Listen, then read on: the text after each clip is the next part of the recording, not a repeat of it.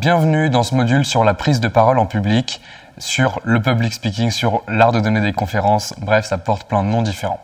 Alors le fait de prendre la parole en public, c'est un super exercice pour vous en tant qu'entrepreneur, en plus d'être un super canal d'acquisition. L'avantage de prendre la parole en public, c'est que ça vous aide dans vos skills de communication.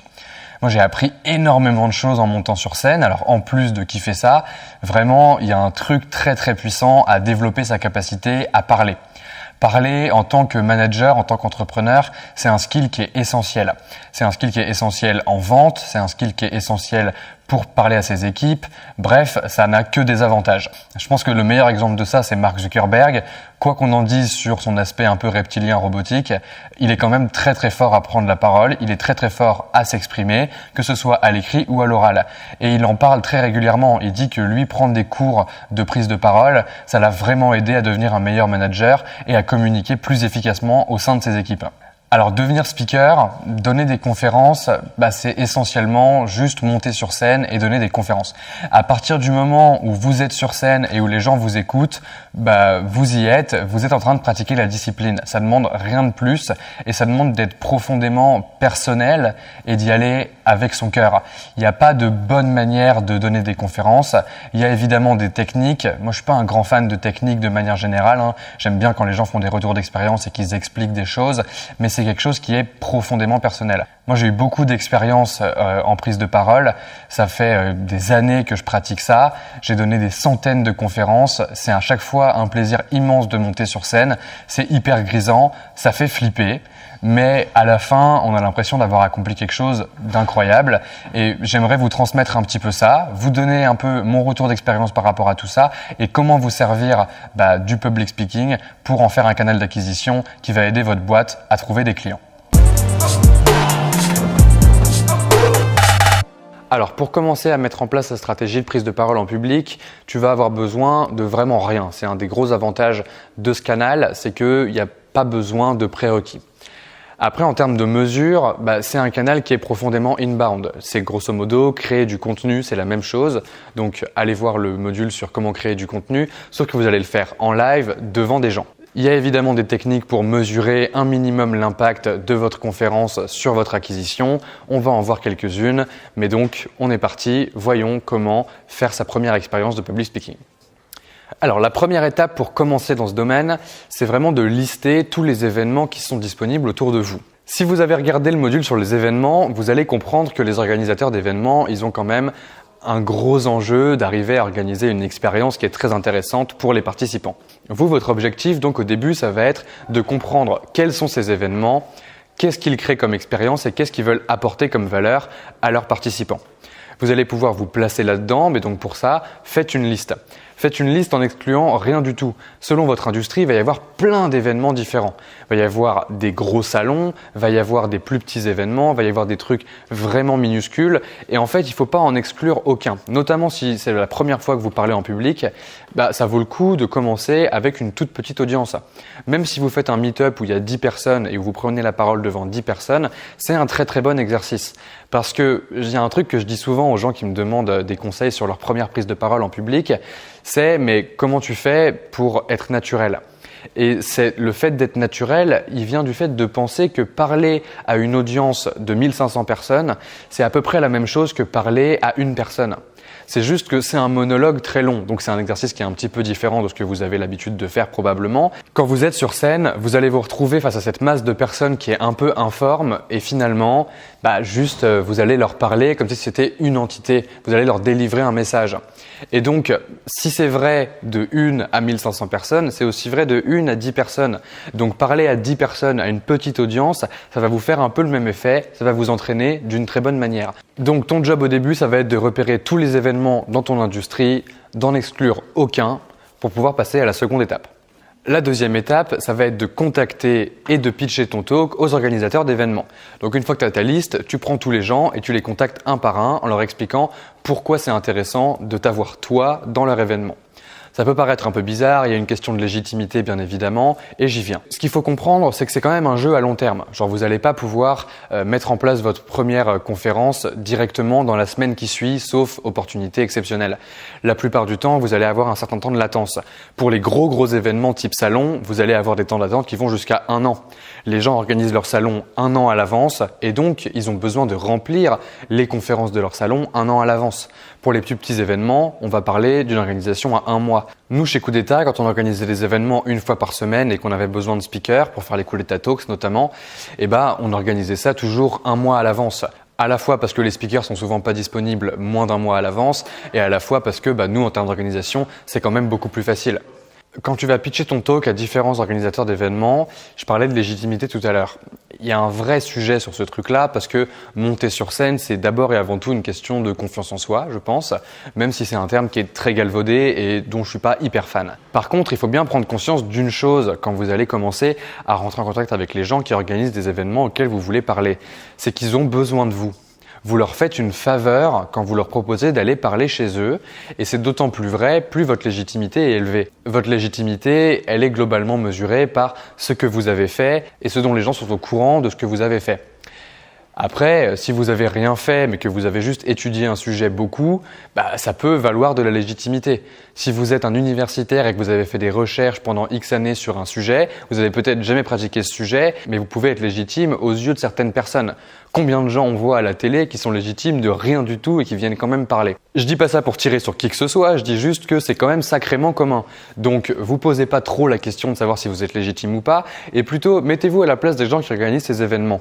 D'abord, regardez le module sur les événements à la fin de celui-là parce que vous allez comprendre dans quel état émotionnel ils sont. Il y a quand même une notion d'organisation, de rapidité, il y a beaucoup de choses qui se passent en même temps et vous leur faites réellement une faveur en leur mâchant le travail et en leur proposant quelque chose dont ils ont besoin. Ils ont besoin de 3 choses. Ils cherchent du timing. Donc là, ça me renvoie à ce que je disais un peu plus tôt sur le fait qu'ils organisent leurs événements à l'avance et que donc ils ont besoin d'avoir un remplissage finalement de leur programme avec des conférenciers intéressants. La deuxième chose, c'est qu'ils cherchent un sujet. Donc ils vont avoir une ligne éditoriale la plupart du temps pour l'événement et il faut que vous arriviez à comprendre par rapport à cet événement quel sujet vous pouvez apporter, quel sujet vous pouvez proposer. Et enfin, ils cherchent de la crédibilité. Cette crédibilité, elle rejoint cette histoire de légitimité. Elle peut être juste sur le fait que vous ayez monté une boîte dans ce domaine-là, que vous ayez quelque chose à dire d'intéressant. Et si vous arrivez à combiner dans votre pitch ces 3 trucs-là, le timing, je suis dispo, je peux te permettre de te faire gagner du temps, le sujet, voilà ce dont je voudrais parler et voilà pourquoi je pense que c'est pertinent par rapport à l'événement que tu organises et la crédibilité parce que j'ai fait tel et tel truc dans ma vie qui me permettent d'avoir un intérêt pour les gens qui vont m'écouter. Tu leur offres sur un plateau d'argent tout ce dont ils ont besoin. Évidemment, ça demande d'être un minimum objectif sur ce que vous avez accompli, mais pour vos premières conférences, si vous targetez des petits événements, vous n'avez même pas besoin nécessairement d'avoir quelque chose où vous êtes ultra légitime. Moi, mes premières conférences, j'avais 17 ans et j'allais donner des conférences dans des boîtes sur le transhumanisme et le futur de l'humanité à travers la technologie.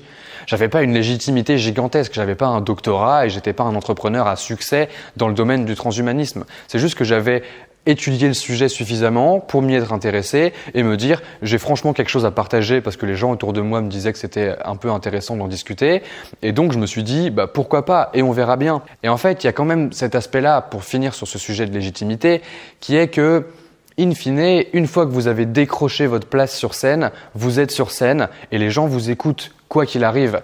Alors, il peut arriver des moments où les gens se barrent de la salle et j'y reviendrai plus tard, ça m'est arrivé. Même chez Coup d'État, il y a des gens qui se barraient de la salle à certaines conférences que j'ai pu faire.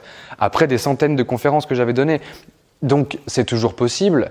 Mais quand même, la majorité des gens, quand ils sont à une conférence, ils y ont dédié du temps, des fois de l'argent, des fois beaucoup d'argent, donc ils vont quand même écouter ce que vous avez à dire. Donc tout l'enjeu dans cette étape, c'est de pas trop se poser de questions et d'aller proposer à un organisateur d'événements de la valeur. Et ça, c'est de la vente pure et dure et ça demande de savoir se vendre soi en tant que speaker. Et même si c'est votre première fois, vous pouvez totalement y arriver, j'en suis convaincu.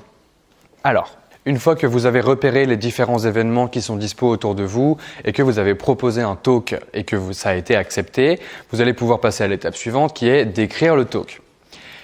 Préparer un talk, ça demande quand même un certain travail en amont. Ça ne demande pas de se préparer non plus pendant 6 ans, c'est pas un exposé que vous faites au collège nécessairement. Ça demande surtout d'être honnête et d'avoir un retour d'expérience qui vous paraît être le plus intéressant possible. Les 2 premières questions que les gens vont se poser quand vous allez monter sur scène, c'est qu'est-ce que il ou elle a à me raconter et pourquoi je devrais l'écouter. L'important quand vous préparez un talk, c'est de se dire que vous allez répondre à ces 2 questions le plus rapidement possible. Parce que vous pouvez partir du principe que les gens vont pas forcément vous écouter tant qu'ils n'auront pas répondu dans leur tête à ces 2 questions-là. En général, si vous avez bien proposé votre talk à l'organisateur d'événements, vous avez déjà la réponse à ces 2 questions et vous pouvez introduire par ça. C'est pas forcément la meilleure technique, vous pouvez introduire par une anecdote, capter l'attention des gens, mais à un moment ou à un autre, il y aura un creux dans votre conférence et il faudra que les gens puissent répondre à ces 2 questions. Quel est le sujet et pourquoi c'est cette personne-là qui m'en parle? Donc, tâche de répondre à ces 2 questions assez rapidement pour passer ensuite au vrai contenu du talk qui est enseigner. Donner une conférence, fondamentalement, c'est enseigner. J'adore ce terme, je trouve que c'est quelque chose de très beau de transmettre des connaissances parce que même si vous êtes le blaireau du fin fond de je sais pas où, vous avez forcément quelque chose à enseigner à la personne qui est en face de vous. Toujours. Parce que ne serait-ce que votre point de vue subjectif de la réalité est différent de celui de la personne en face. Donc elle peut apprendre de vous. C'est d'ailleurs une très bonne leçon de vie en général, c'est de se dire que n'importe qui que vous croisez peut vous apprendre quelque chose. Et dans votre cas, vous allez devoir inverser le problème et vous dire que vous pouvez apporter quelque chose à la personne. Et ce truc-là, il est dans votre originalité, il est dans votre différence. C'est hyper important quand vous enseignez de vous dire que c'est vous qui êtes là sur scène. Encore une fois, les gens vont consacrer de leur temps à vous écouter. Donc, vous êtes là, autant délivrer le meilleur de vous-même et pas forcément de ce qui vous paraîtrait être bien selon certains codes sociaux ou je sais pas quoi. C'est hyper important. L'enseignement, c'est un sujet fondamental. Moi, j'adore l'éducation. Je pense que vous commencez à le savoir si vous regardez mes vidéos régulièrement. Mais c'est pas un sujet qui est absolu. Genre, tout le monde a une vision de l'éducation qui est différente. Et je pense que ce qui est important, c'est de délivrer la vôtre. Ça veut dire quoi éduquer les gens? Ça veut dire quoi leur apporter de la valeur? Ça veut dire quoi leur transmettre des connaissances et des émotions? Ça, c'est à vous de le définir. Alors, en fonction du format de ton talk, tu vas pouvoir préparer des slides ou non. Les slides, c'est quand même un très très bon repère pour toi, principalement, parce que ça va te permettre de timer ton intervention. Grosso modo, ce que tu vas faire quand tu vas utiliser un outil comme PowerPoint ou comme Keynote, c'est que tu vas l'avoir en presenter mode. Donc sur ton ordinateur, tu vas essayer d'avoir tes notes, etc. qui sont disponibles. Et sur l'écran derrière toi ou devant toi ou n'importe où, tu vas avoir vraiment les slides qui sont présentés. Ça te permet, les slides, d'avoir vraiment un repère temporel où tu sais qu'à la slide numéro tant, il faut que tu en sois à tel timing. Je dis ça comme si c'était une discipline parfaitement carrée et cartésienne. Ça l'est pas. Moi, quand je monte sur scène, j'ai aucune foutre idée du temps qui passe. Par contre, il y a des gens qui fonctionnent comme ça. Donc, il faut arriver à trouver ta manière de fonctionner. Moi, je sais qu'il y a des talks que j'ai fait complètement en improvisant. Il y a des talks que j'ai fait en créant 40 slides pour 40 minutes et je passais régulièrement, etc. Il y a des talks où j'ai fait des grandes parties. Il n'y a pas de bonne règle. Ce qui compte, c'est que toi, tu sois à l'aise sur scène et il y a de très fortes chances pour que si c'est la première fois que tu montes sur scène, tu le sois pas. De toute façon, personne n'est à l'aise sur scène. C'est un truc qui est difficile fondamentalement. Donc, il faut juste tester, expérimenter et essayer de raconter la meilleure histoire possible en s'inspirant des meilleures conférences que vous avez vues et qui vous ont marqué. Ce qui est quand même intéressant avec les slides, c'est que cette histoire de timing, elle vous permet d'enlever des slides plus vous réduisez la longueur de votre talk. Une bonne pratique, si vous n'avez pas envie de créer 1 milliard de talks différents, ce qui est quand même assez difficile à faire, il faut avoir beaucoup de connaissances, il faut avoir beaucoup d'expérience et vous n'avez pas forcément autant de messages à délivrer. La plupart des speakers que je connais, ils ont préparé en fait 1 ou 2 talks génériques qui proposent à différents événements et c'est toujours les mêmes. Ça a plusieurs avantages de faire ça. Le premier, c'est que quand vous montez sur scène avec un talk que vous avez jamais fait, vous êtes forcément stressé et vous avez peur de vous mélanger les pinceaux. Quand vous faites un talk qui est le même pour la 50e fois d'affilée, vous êtes exactement sûr de ce que vous allez dire à quel moment, des anecdotes qui marchent et du timing que vous allez utiliser. C'est une discipline qui en fait est très très liée au stand-up. En stand-up, c'est hyper impressionnant de voir à quel point les mecs et les meufs, ils sont en train de répéter tout le temps et ils se rôdent. Ils vont faire des spectacles où ils testent des blagues, ils voient ce qui marche, ils voient ce qui marche pas, ils enlèvent ce qui marche pas, ils rajoutent des choses qui marchent mieux. Bref, leur spectacle, c'est le vrai résultat d'une dose d'itération hyper conséquente. Si d'ailleurs vous voulez en savoir plus sur le sujet, vous pouvez regarder l'interview Coup d'État X Haroun, qui est dans la série Coup d'État X, et où il parle de ça justement, du fait de se roder et de devenir un meilleur humoriste. Et devenir un meilleur speaker, c'est la même chose. Donc préparer un talk qui a une longueur définie et sur lequel vous allez pouvoir itérer au fur et à mesure, ça va vous permettre non seulement d'être à l'aise à faire ce talk sur scène, mais en plus de ça, de pouvoir, en fonction de la longueur de votre passage, choisir de retirer juste des éléments de vos slides pour pouvoir raccourcir la longueur de votre talk. Bon, une fois que c'est préparé et que ça a été fait en amont et que tu es content du message que tu vas délivrer, vient le moment où tu vas monter sur scène. C'est marrant parce qu'au moment où je prononce ces mots, je ressens le trac de la scène là maintenant, quoi. Genre c'est un sentiment qui est très très particulier et qui est profondément humain en fait. En tant qu'être humain, c'est un truc que je répète très souvent, notre propension à faire partie d'une tribu, c'est un sentiment qui est très très fort. Et à l'inverse, notre sentiment à nous faire rejeter de cette tribu est aussi un sentiment très très fort qui peut nous faire très peur. La peur d'être rejeté, elle est extrêmement puissante et elle se ressent là ici au niveau du bas-ventre. Avant de monter sur scène, il y a un truc qui se passe qui est que tout s'efface. Un bon tips pour quand vous allez monter sur scène, c'est d'être seul. Moi, je suis quasiment jamais au contact des gens qui sont dans la salle. Parce qu'en plus, si vous commencez à être au contact des gens qui vont être dans la salle, vous allez avoir l'impression de les spoiler de la conférence, de le dire moins bien que ce que vous pourrez donner. Parce que fondamentalement, être sur scène, c'est une représentation. Vous allez tout donner. Donc si vous êtes en train de vous échauffer et que vous êtes un peu « je sais pas trop ce qui se passe », c'est compliqué. C'est compliqué d'être avant la scène. Il y a un trac, un réel trac de monter sur scène et il faut savoir le maîtriser. Et très souvent, être seul, c'est une très bonne manière de faire ça. Quand vous montez sur scène, il se passe un truc assez incroyable, tout est un peu flou, etc. Et il y a toujours un petit temps d'adaptation. La plupart du temps, vous allez pouvoir faire des blagues, vous allez pouvoir introduire le sujet d'une bonne manière. Ce qu'il faut, c'est arriver à vous convaincre personnellement que les gens sont pas là pour vous bouffer. Vraiment, c'est dur. Il y a un côté psychologique et limite philosophique à cet aspect de l'arène. Monter sur scène, c'est rentrer dans l'arène et les gens, ils attendent qu'une seule chose, c'est votre mort. Et fondamentalement, ce truc-là vous renvoie à votre condition d'être humain et à la probabilité que vous vous fassiez exclure du groupe et c'est très difficile à surmonter.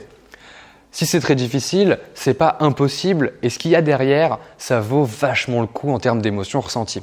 Donc il faut se concentrer sur la valeur que vous avez à délivrer, se concentrer sur le fait que vous êtes là et que les gens sont là pour vous écouter et ça va se ressentir dans votre talk. Tant que j'y suis, je vais vous donner quelques tips. Alors mon but c'est pas de vous faire un cours de prise de parole en public, c'est pas l'objectif, mais il y a quand même quelques tips qui m'ont été bien utiles quand j'ai appris à parler et que j'ai pris des cours un peu plus extensivement après avoir beaucoup pratiqué.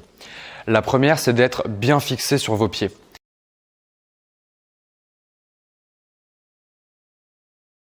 Moi, je sais que j'avais une sale tendance à être tout le temps sur un pied comme ça, machin, à me balancer, etc. Et un jour, on m'a dit, mais Val, fixe tes deux pieds au sol, tu verras, tu seras beaucoup plus serein pour parler. Et c'est vrai. Ça ne veut pas dire qu'avoir ces deux pieds fixés au sol, ça doit être faire ce que je fais là maintenant, c'est-à-dire être jambe de plomb face caméra. Vous êtes face à une audience, vous avez une scène, occupez l'espace. Vous pouvez vous déplacer et ensuite vous remettre sur vos deux pieds et dire « Ok, continuez à avoir votre message, etc. » Ça peut avoir un effet très puissant. Et puis ensuite vous revenez et hop, tac, vous vous reposez sur vos deux pieds. Mais c'est important d'avoir la notion de quand vous vous déplacez et de quand vous êtes en train d'être stable et de passer un message profond. Vous avez bien vu que là, juste maintenant, j'ai pas parlé de la même manière quand j'étais en train de me déplacer que maintenant que je me suis reposé à ma place. C'est parce que là, j'ai tout le loisir pour moi de penser à ce que je suis en train de dire. Alors que quand je suis en train de me déplacer, je prends du temps pour moi. Et ça m'amène en fait à mon deuxième point, qui est que il faut savoir maîtriser les silences. Un des trucs que j'ai vraiment entendu beaucoup dans tous les gens qui m'ont demandé des conseils pour la prise de parole en public, c'est « mais moi j'ai trop peur de faire un silence ». Il n'y a pas de peur de faire un silence. Faire un silence, c'est fondamentalement un skill incroyable. Parce que vous maîtrisez littéralement l'attention de votre audience. Il vaut mieux faire des pauses et ne rien dire que d'être en train de tout le temps faire des comme ça. Ouais, et donc, en fait, ce que je voulais dire, c'est que du coup, dans la vie, voilà, meubler les silences, c'est une bien pire pratique qu'utiliser les silences à votre avantage. Les silences sont un truc profondément puissant.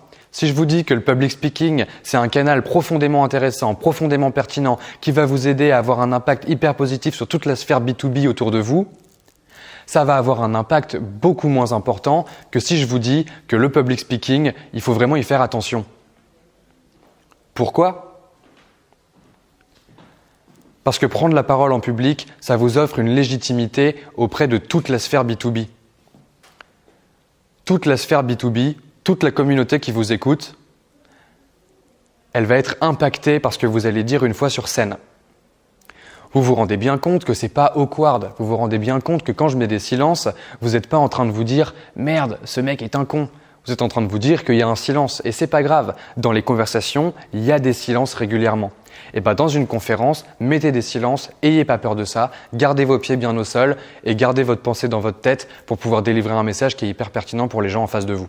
Bon, ça c'est pour quelques tips sur la prise de parole en public en elle-même. Après, sur l'organisation du talk, il y a quand même un truc qui est important et dont je voudrais parler, qui est l'importance de filmer un talk. Si vous faites un événement que vous parlez à 100 personnes c'est beaucoup, avoir 100 personnes en face de soi quand on est sur scène, c'est quand même déjà assez intimidant. À la fin, si vous avez fait le meilleur talk de votre life, vous avez quand même touché que 100 personnes. Alors que si vous filmez, et que vous récupérez la vidéo et que c'était le meilleur talk de votre life et que vous le mettez sur YouTube, vous pouvez très vite toucher au moins 1000 personnes. Et ça, c'est beaucoup plus puissant. Et en fait, savoir si ça va être filmé en avance, c'est une très bonne chose. Si c'est filmé par l'organisation de l'événement, super. Si ça l'est pas, peut-être que vous pouvez trouver un moyen de vous accrocher un micro et d'apporter une caméra ou ne serait-ce qu'un iPhone pour pouvoir filmer votre intervention et au moins vous l'aurez pour toujours. Parce que créer du contenu comme ça qui se perd dans la nature, c'est dommage. Et enfin, le dernier truc que je voudrais dire sur la performance pendant une conférence, c'est sur les call to action. Je vois encore trop de conférences où il n'y a pas de call to action qui sont donnés par des gens qui font du business. C'est un peu dommage. Il y a quand même une opportunité pour vous de faire rayonner votre talk en premier lieu et d'avoir un impact positif sur votre business en deuxième lieu. Pour faire rayonner votre talk, il y a des call to action très efficaces. Vous pouvez commencer le début de votre talk, accrocher l'attention des gens, leur expliquer qui vous êtes et pourquoi vous êtes légitime d'en parler, et ensuite leur dire « Et d'ailleurs, voilà mon Twitter, voilà mon Instagram. Si vous trouvez des choses pertinentes dans ce que je dis aujourd'hui, n'hésitez pas à faire des stories ou à faire des tweets en me taguant, comme ça moi je saurai et on pourra continuer la conversation plus tard. » Ça a un effet hyper puissant qui fait que les gens parlent de votre talk en ligne et que donc vous avez amassé de la conversation et donc de l'awareness de la part de beaucoup plus de gens. Donc vous faites rayonner l'impact inbound de votre événement. Et aussi, comme je disais, vous pouvez avoir un impact positif sur votre business. C'est très important, par exemple, à la fin d'un talk. À la fin d'un talk, moi je vois encore trop de slides qui sont des slides avec marqué « merci » dessus. Les slides qui sont marqués « merci » dessus, c'est des slides qui sont une perte d'énergie et de temps gigantesque. C'est vraiment dommage parce que pendant ce temps-là, vous pourriez afficher des informations pertinentes. Un code promo, un lien spécifique, un QR code, une invitation à tweeter ou à je sais pas quoi. Bref, vous avez l'opportunité d'avoir une slide qui va rester vraisemblablement pendant assez longtemps derrière vous si vous prenez des questions, etc. Au lieu d'écrire merci dessus, écrivez un call to action parce que ça peut avoir un impact hyper positif. Bon, tout ça, c'est les différentes étapes pour commencer à prendre la parole en public et le faire de plus en plus. Je pense que la prise de parole en public, c'est fondamentalement un canal inbound et que donc ça mérite d'être répété dans le temps. Il y a deux choses à faire quand vous commencez à mettre en place votre stratégie. C'est de prendre votre liste d'événements et de toujours la garder à jour et de contacter des gens pour avoir des événements auxquels parler régulièrement. La répétition va faire de vous quelqu'un de meilleur dans cette discipline. Et en plus de ça, ça va vous créer des opportunités. Moi, la plupart des talks que j'ai fait dans ma vie, c'est des talks qu'on m'a proposé de faire à la fin d'un talk que je venais de faire.